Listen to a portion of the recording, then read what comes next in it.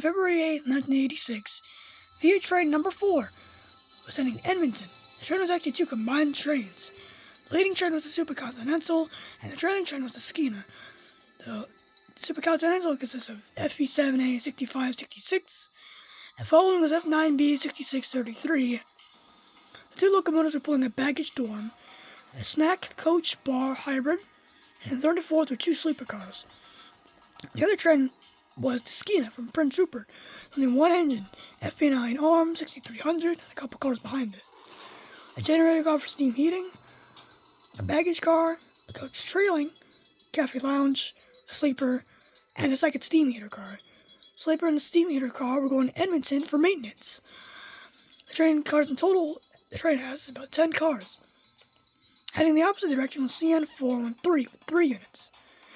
GB38-2WC 5586, following with two SD40s, 5104 built in 1969 and 5062 built in 1968.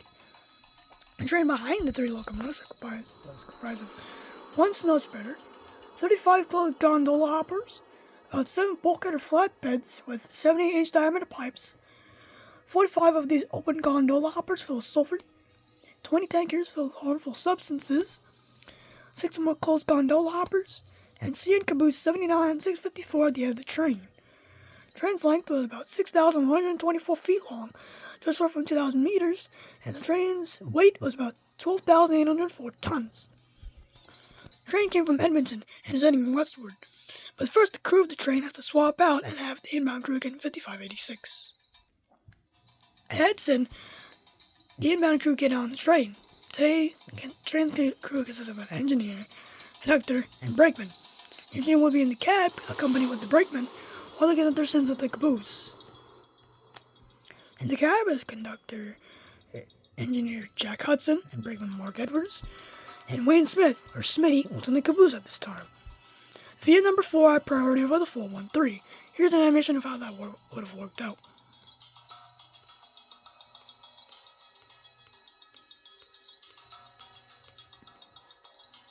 And then the 413 can move on.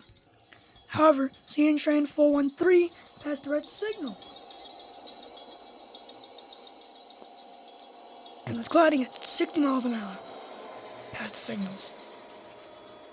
Smitty at the back was concerned about the train and wasn't aware that his crew wasn't, and he didn't know his crew was incapacitated at this time. And Imperial number 4, oblivious to this danger, kept going.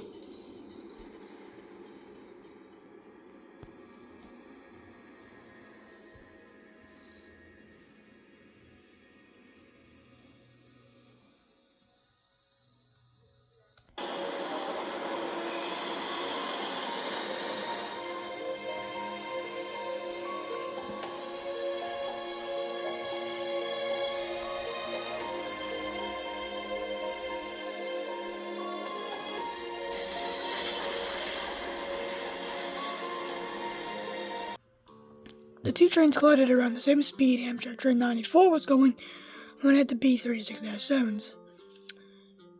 Basically a speed of 120 miles an hour.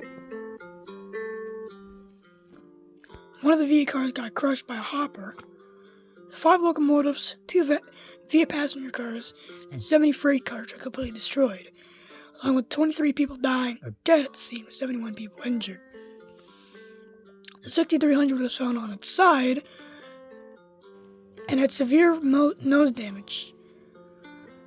CN 5104 seen here is an example of how vicious the accident was. The TSB of Canada looked into this and found the engineer had a heart attack. But what was happening with the brakeman? Before they boarded, brakeman Mark Edwards had the flu and slept the entire ride all the way up to the collision. After the accident, 6566, 6633, 5586, 5104, and 5062 were all scrapped. The only unit that was lucky to make it out alive to be repaired was 6300. The unit was sent over to the Heber Valley Railroad Museum and was repainted and preserved. It still sits there today, getting repainted.